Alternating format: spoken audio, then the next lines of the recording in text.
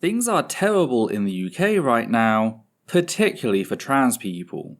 Thanks to daily attacks in both the press and the government, we are facing the constant erosion of our human rights, and with them, our very humanity. This is particularly true when it comes to the most vulnerable amongst us, trans children, with the UK government forcing said children to take extreme and even self-destructive measures, as we'll see in today's video. But first, a quick content warning for the following: transmisia, child abuse, sexual violence, medical violence, self-harm, suicide, and eating disorders. If our work has helped you, please consider supporting us via Patreon so that we can keep the channel running. We cannot survive without your support. You can also help us by liking, commenting, and sharing our work on social media. I'd also just like to take this time to remind our viewers that the statements made throughout our videos are the opinions of myself, the host, based on the evidence I have available to me. They are not and should not be taken as unquestionable fact, which is why we reference everything, because we're fallible. Thus we strive to give you, the viewer, the ability to check all evidence yourself in order to make up your own mind, which is what the reference numbers in the top left corner are for, being numbers that match up with the reference list found in the transcript linked down below. As such, we encourage all viewers to do their own research to reach an informed conclusion about the topic. Hi there, my name is Ethel Thurston, she, her, they, them, and we need to talk about some of the extreme measures trans youth have been forced to take as a result of the pseudo-scientific caste review and its adoption by both the Conservative and Labour parties in the UK. Today's video was prompted by a Wales Online article titled "GP Criticises Ban on Puberty Blockers in England and Wales." The GP in question, who has remained anonymous, is from South Wales and routinely works with children, including trans children. Their perspective is summarised by the article as, quote, "Transgender children in Wales are taking extreme and potentially dangerous measures, including buying online homemade drugs or deliberately becoming anorexic because accessing help has become so difficult," a GP has claimed.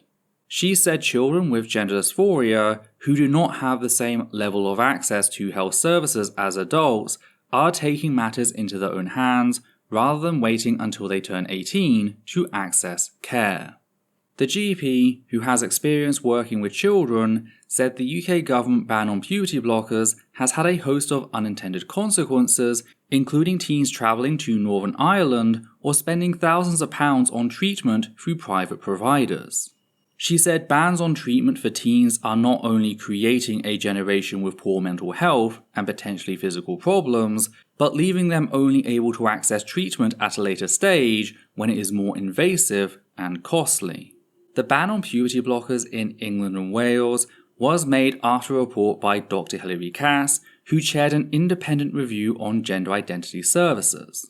Her review criticised the rationale for puberty suppression, saying the evidence for it was weak and that the effect on cognitive and psychosexual development remains unknown. It also said that there was a lack of data on the use of masculizing/feminizing hormones in under 18s, and that clinicians were unable to determine with any certainty which children and young people will go on to have an enduring trans identity. Her review criticised the creep of unproven approaches in clinical practice, and it concluded that, for the majority of young people, a medical pathway may not be the best way to manage their gender-related distress. End quote. Directly linking the harm we are seeing to the Cass review. We've done multiple videos debunking said non-peer-reviewed hate pamphlet here on the channel, pointing out its many methodological flaws and even outright lies about pre-existing research. We also highlighted the author's known conflict of interest going in, and how the Tory government boasted about stacking the deck by filling key positions with anti-trans bigots, since they knew that the review wouldn't stand actual scrutiny. As seen in our video, J.K. Rowling caught lying about trans children, specifically the chapter titled "The Pseudoscientific Pamphlet That Refuses to Die Already."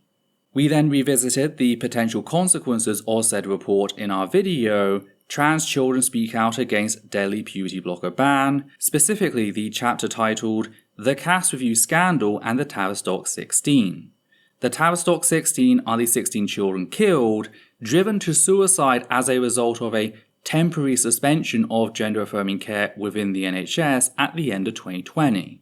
These were preventable deaths that both the Tory and Labour government have attempted to hide, with the Tories doing so in order to introduce a new temporary ban just before the 2024 election, a ban which Wes Streeting, Health Secretary for the Labour Party, has since made permanent.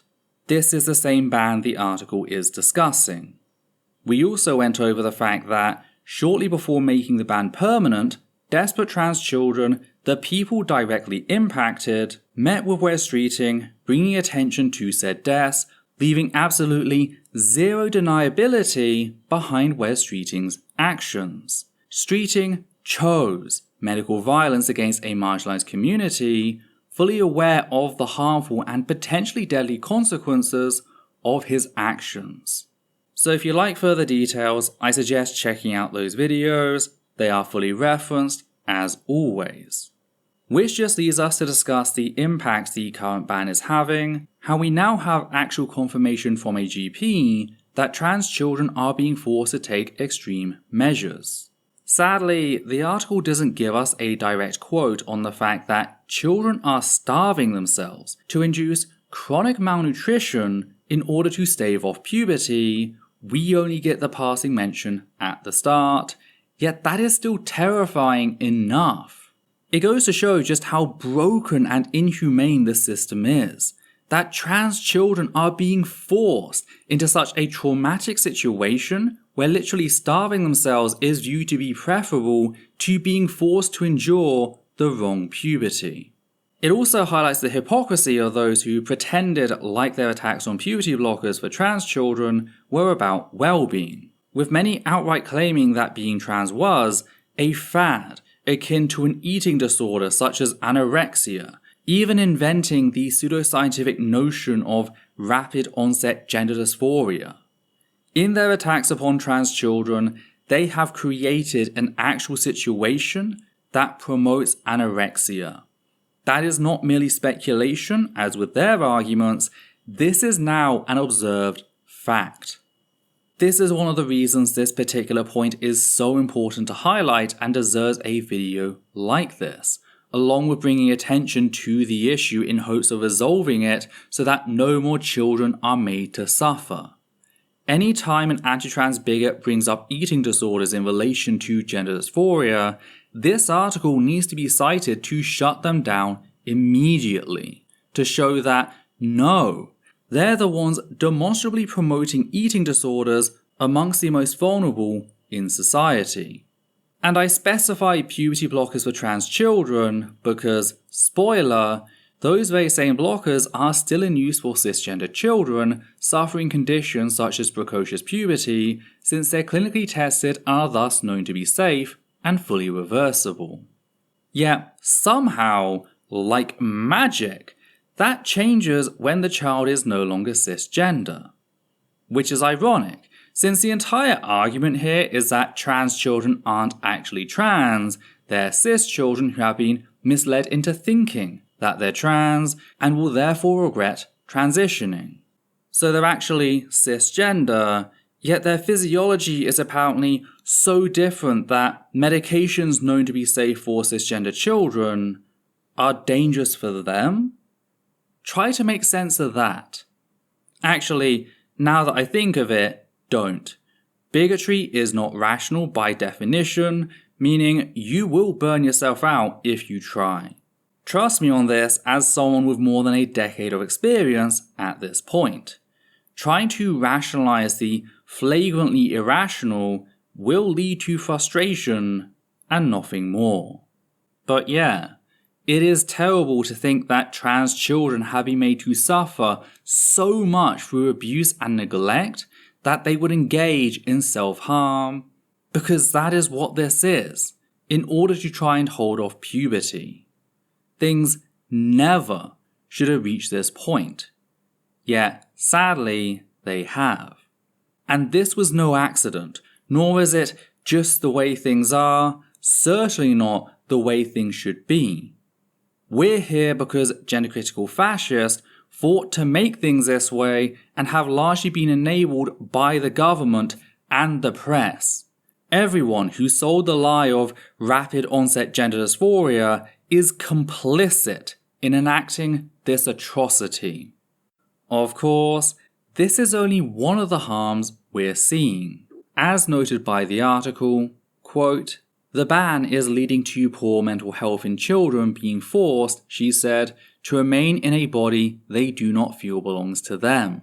The doctor warned it was leading to children dropping out of school, facing suicidal thoughts, and, in some cases, taking measures into their own hands to force puberty to stop. In the long term, she said it means that rather than receiving treatment before physical changes have occurred, their treatment is more serious and costly because physical changes have to be reversed, although, by then, there are often long-term mental health impacts. End quote. So there's a whole host of issues, many of which we have covered in our previous video. Trans children speak out against deadly puberty blocker ban. So again, do check that out if you'd like to know more. I don't have the energy to unpack every terrible thing trans youth are forced to suffer through every single time, but I at least need to acknowledge them. The eating disorders are a relatively small part of a much bigger atrocity. Another thing discussed in the article is how, even if parents are fully supportive and want to help their trans child, they can't. As the article states, quote, "The current climate means families approaching medical professionals for help are also now finding that they're being referred to social services and being investigated for child neglect." End quote, with the GP herself adding that, quote, "You are playing Russian roulette if you go to the GP because you may get a decent GP, or you may get a GP who makes a safeguarding referral to social services who will investigate you for child neglect." End quote. I've got to say, I had some criticisms of this article and how it's written, as we'll get to in a minute, but I do appreciate the GP. Her language is very clear when it comes to who is to blame for these atrocities and why. A GP reporting a family to social services for trying to get their child medications that spare them the psychological torture of being forced to go through the wrong puberty is a GP violating every ethical code when it comes to the well-being of their patient. I get that there are now laws in place, but I have no more sympathy for doctors who go out of their way to report families like this than I do for people who ratted out escaped slaves during slavery or Jewish people during the Holocaust. There's absolutely no cost in pretending to hear nothing, meaning these doctors are choosing to make their patients, literal children, suffer. And for what? A non-peer-reviewed pamphlet that has been torn to shreds by the global scientific community? It takes a special kind of GP to report a family desperately looking for a way to keep their child healthy, which is to say, the sort of GP who got into practice not because they genuinely care for their patients, but because they saw becoming a healthcare professional as a fast track to power they could wield to play God with their patients' lives, fully assured that said patients would have little to no recourse in holding them accountable for any abuse of said power. It's a reminder that there really needs to be a shakedown of the medical system. Too many doctors and nurses have the same mentality as cops in that they want to make everyone else jump through hoops and suffer if they refuse. And I think that's just fucking vile. So I appreciate this GP in demonstrating clearly that she's not one of them, even if I get the feeling that the article is being very selective in what they quote directly in order to lessen the impact of what she's saying. I'd be very interested to see the entire interview, yet, sadly, that's not likely to happen. One thing I do want to criticize here is the discussion on DIY HRT, with the article stating that, quote, "The injectable blockers are, the GP says, medically one of the safest options. However, there are drugs on the market which can be prescribed which mimic the impact, like spironolactone, which is used for patients with heart failure, and another called cyproterone for for people who've got prostate cancer. Both of these have significantly more side effects and risks, and so you're forcing people to prescribe a less good, more risky alternative, she warned. I can't legally give them a prescription for this injectable blocker that's reversible and pretty safe, but I could prescribe one of those two other drugs. It is driving people to riskier methods. Amongst those of us who are involved with trans young people, we're quite concerned by the increase we're seeing in more dangerous forms of estrogen. I think some of it is because puberty blockers have been targeted and vilified so much that pharmacists are questioning them. Even if the patient is 17 and they're allowed to have their blocker, they will still be questioned by their pharmacist, which is really horrible in a waiting room full of people at the pharmacy when you're being questioned as to why you're having that blocker. People are buying synthesized estrogen, which can be bought cheaply online and referred to as bathtub estrogen. It's so strong that it often blocks the testosterone, avoiding the hassle of trying to access a blocker. The effects are like that of a sledgehammer though, so it probably will block their testosterone and give them really quick results, but it's a completely unknown quantity in terms of risk." End quote. On the one hand, I do get it. Any self-prescribed medication is going to come with more risk due to a lack of monitoring and quality control. That said, I do question the comparison of DIY HRT to a sledgehammer. I think that's a very visceral description that opportunists, such as the abusive parents who make up the Bayswater support group, could use to further demonize one of the few options available to trans youth outside of fucking starving themselves. We recently did a video on the Bayswater group, which is openly supported by Wes Streeting, exposing the abusive and neglectful behavior many of its members openly admitted to, including one who denied their child access to a rape crisis center after they'd been assaulted purely because said rape crisis center was gender affirming. We also discussed how the Bayswater group successfully campaigned for the Crown Prosecution Service to change, quote, destroying medication, end quote, on its list of examples of domestic abuse in its guidelines to, quote, destroying UK regulated medication that has been prescribed to the victim, end quote, a move clearly intended to exclude the destruction of DIY HRT. Their basis for this?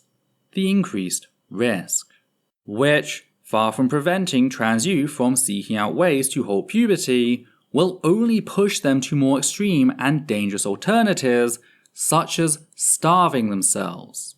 In the exact same way that you cannot ban abortions, merely safer abortions, there is no way to ban the means of stopping puberty, only safer means of stopping puberty.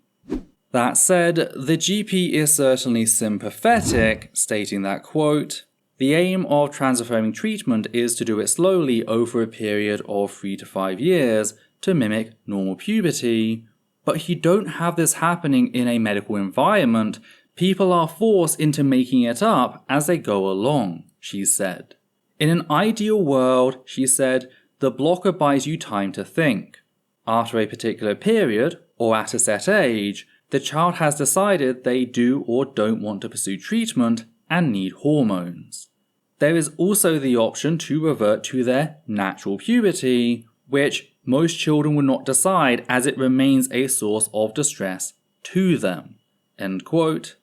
They then continue to unapologetically support trans youth for the next 5 paragraphs, ending with, quote, the puberty blocker ban has made everybody's worst fears come true.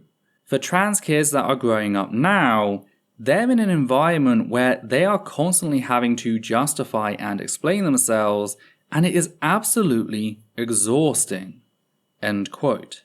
Which is something we've covered, both in Trans Children Speak Out Against Deadly Puberty Blocker Ban, as well as Trans Kids Speak Out About Anti-LGBT+ Hate Group, LGBT Alliance Conference 2024, which is a reading of personal testimonies by members of Trans Kids Deserve Better, a group of trans kids protesting for the right to access gender-affirming care.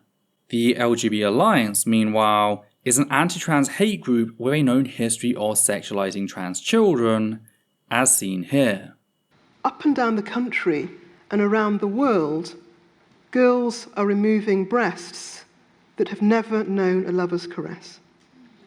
Again, refuting their claims to care about trans children. They only care insofar as they see trans boys as a sexual resource, saying they're being denied, a fact we covered in detail in our recent video, exposing the fascism of gender-critical fascism. Though, returning to the article, something that surprised me is how the writer goes on to add that, quote, "This is on a background of hostility towards trans children from every direction, with adults feeling free to speak about trans kids in a horribly abusive way, and feeling entirely justified in doing so." End quote. Which is also something we've discussed before, most notably how former comedy writer turned full-time gender-critical fascist, Graham Linehan, targeted and sexually harassed a 17-year-old trans child he believed was a member of Trans Kids Deserve Better, sexually degrading them in public before physically assaulting said child in an attempt to destroy their phone, after he realized that they'd recorded him doing so. So it's actually really refreshing to see an article like this mention the fact that trans children are constantly abused, verbally, physically, and even sexually, by gender-critical fascists. It's no secret that I've been feeling a little overwhelmed recently with just how bad everything is. I think a lot of us are. But hey, maybe this is a sign that things might be set to change. That maybe Catherine from Bridget Empire, writer and editor for the Daily Telegraph, was right in her recent video on Rowling and the NHS, that papers are starting to realise that, outside of a few rabid bigots, most British people are fucking tired of over a decade of trans people being demonised in the press. It might be nothing, the article certainly isn't perfect, and I do still think that it's been edited to give Cass's rampant pseudoscience more power than it deserves, which is none. But I can certainly hope for the best whilst preparing for the worst. Though, what do you think? What are your thoughts on the article? How do you feel about the GP and her language? Have you seen any signs that things might be changing for the better, and if so, what are they? I think we could all do with a little encouragement right now. Did you notice something I missed? If so, be sure to let me know in the comments down below. And if you appreciate what we do here and want to help keep us running, please consider becoming one of our wonderful patrons who make our work possible. You can also make a one-time donation via PayPal or Super Thanks on YouTube.